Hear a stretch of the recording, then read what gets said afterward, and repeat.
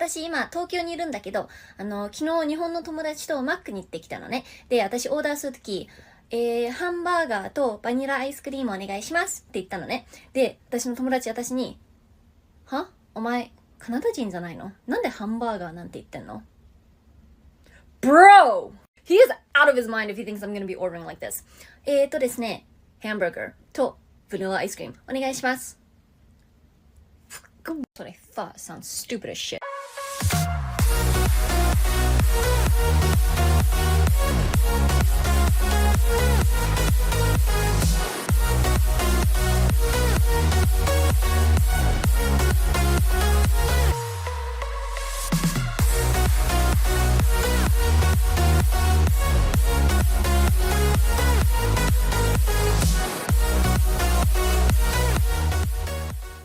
My boyfriend loves 3 things: football, fried chicken, and cock. Alright, sweet sauce. Oh, could I have a tasty carrot with no Benadryl? Make sure there's no Benadryl in it for me. What do you do when you manage a team of like Gen Z people who don't care to go above and beyond? You give them a percentage of the company. Do they own a percentage of the company? No? Then why do you expect them to go above and beyond expectations? Only people who own a percentage of the company should be doing that. This is something I have actually told one of my freelance editors who doesn't own a percentage of the company when I said, hey, don't kill yourself doing this job. We can get it whenever we get it. They said, no. This is an investment in... So I stopped her right there. I said, you're not investing in shit. You don't own a piece of my show. Just do the job I'm paying you for on the timeline that we're paying you for it to be done, and don't murder yourself doing this job. You have no reason to do that. Stop it. And that's what you should expect from everybody who... There once was a man that was sleepy, so the man brewed himself a pot of coffee, but the coffee did not awaken him, so he drank more and more.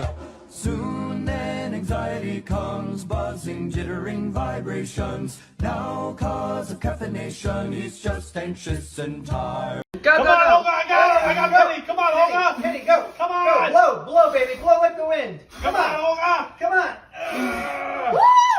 This is incredible. So this word has been trending and I had to look it up and it blew my mind. You're never, millennials and Gen Z, you're not going to believe what this is. So apparently back in the day, there was something called a savings or a savings account, which essentially was like a second checking account. So, you know, every 2 weeks you get a direct deposit from your paycheck and as soon as the money hits the account, it's gone to bills. Well, back in the day, there was money left over. Like after the bills, there was money left over and they had to put it somewhere. So they put it in a savings account, and not just once. Every single month, they would put money into a savings account so they could have it for security or an emergency, for retirement. Some of them would take vacations with it, and they would use this account for a down payment on a house. So this is like a new concept to us, but we got to bring this thing back, because if we could figure out how to have a savings account and be able to travel, set up for retirement, invest, buy a house, we're going to be smooth sailing. So thank you for bringing this to my attention. If you don't believe me, you got to look it up. I promise I'm not lying. It's called a savings account. I used to be Christian, so you changed religion. Who said anything about religion? Hello. I think you're staying in my hostel. Yeah. No? Yeah. I think I remember a beautiful face like this one. I see you this morning leaving the shower, no? In the I am staying in the 12-man room with the boys from Spain and Australia. As you taking a swim, you look wet. You look hot. Yeah. You're hot. I just got out, yeah. Yeah, you're beautiful. Oh, thanks. Well, me and some of the boys from my dorm, we do a dinner and a dancing, some alcohol, and we want the pretty beautiful women to come join us. It's a bit laid back, a bit drinking, a bit of fucking, maybe, I don't know. A bit of what? Yeah, like boy, girl kissing, fucking, so things like this one. Okay, Do you have me on WhatsApp? No.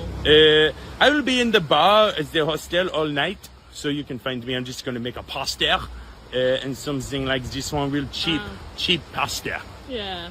Okay, beautiful. I'll see you. No? Okay. Okay, yeah.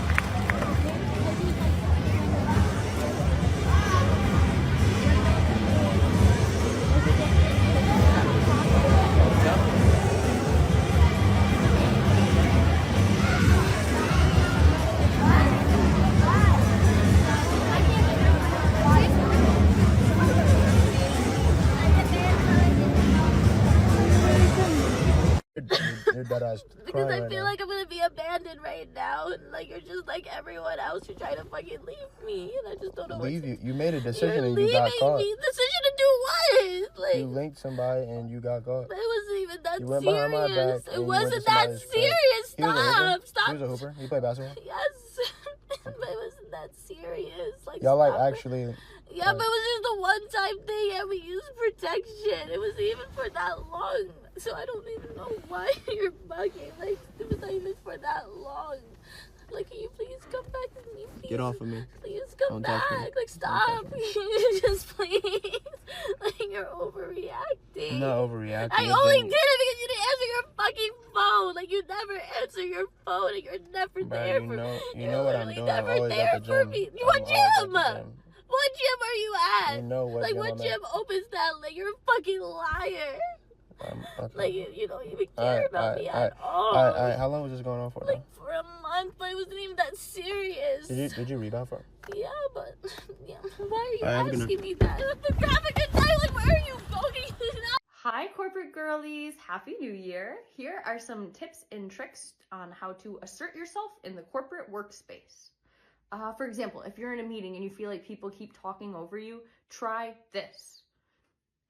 My ideas are the best. If that doesn't work, I would try to make things a little more personal. Try something like this. Has anyone ever noticed that Joe has chicken legs? If none of these tactics work, stand up out of your chair and announce that you are running for mayor. And then say, you know what? No, scratch that. I am the mayor. And you are all getting the punishment.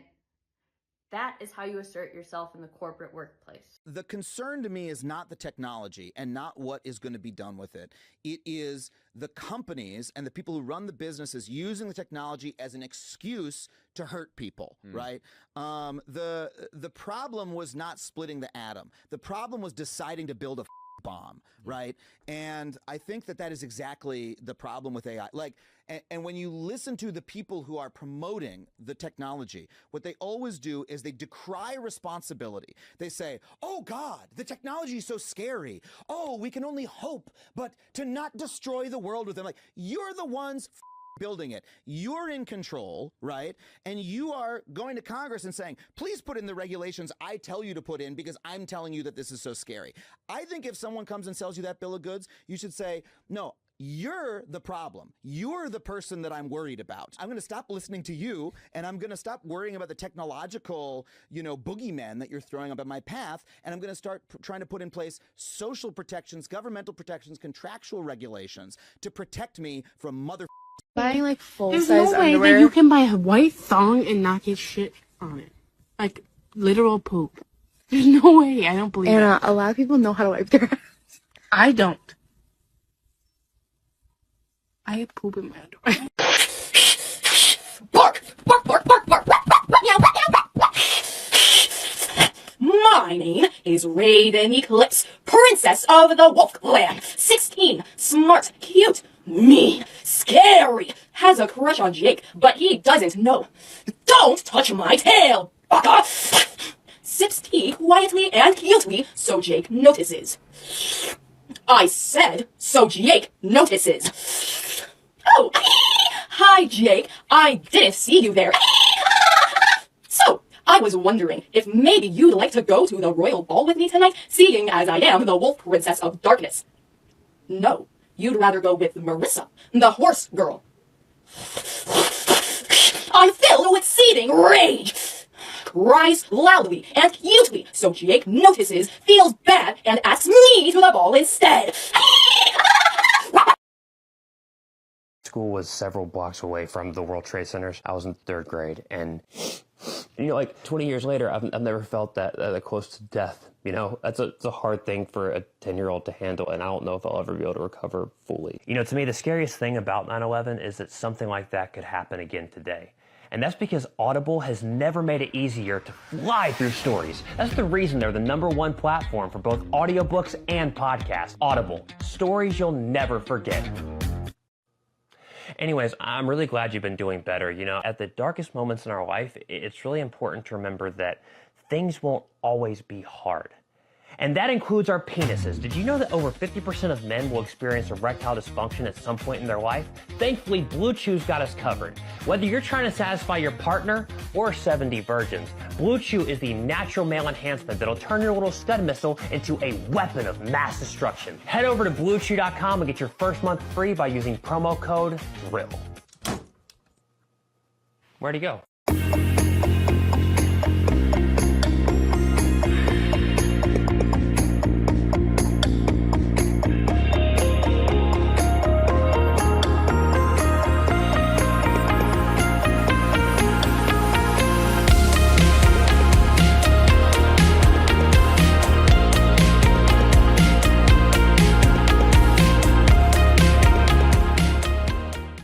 So whenever I hear someone say, I'm not mean, I'm just blunt, or I'm just honest, I can't help but think about this clip. There's nothing that says truth has to be brutal. It just has to be true. You don't have to hurt people. Also, timing. A true story. So I went to see a friend's play. I could not wait for this thing to end. It was so bad. And I went out to say hi to her after the performance, and she came out. She was still in costume and makeup. She knows I'll always tell her the truth in these kinds of things. And she says to me, "What did you think?" Now is not the time and place. She's pumped up full of adrenaline. Now is not the time for me to give her a critical evaluation of this god-awful performance.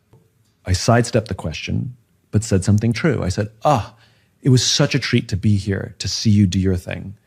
You know, I've been wanting to see you on a stage forever, and it was so much fun to see you on the stage. All of that was true. The next day, when the adrenaline had come down, and I called her up and said, "Can I tell you what I thought about the play?" She goes, "Yeah, of course." And I told her critically, piece by piece, what I thought about it and how bad it was. And we had a perfectly rational conversation about it. Didn't hurt her feelings. The day before, I would have really hurt her feelings. We mistake being honest with being honest now. Now, I can't lie, and I have to answer the question, but I can answer it tomorrow when the conditions are better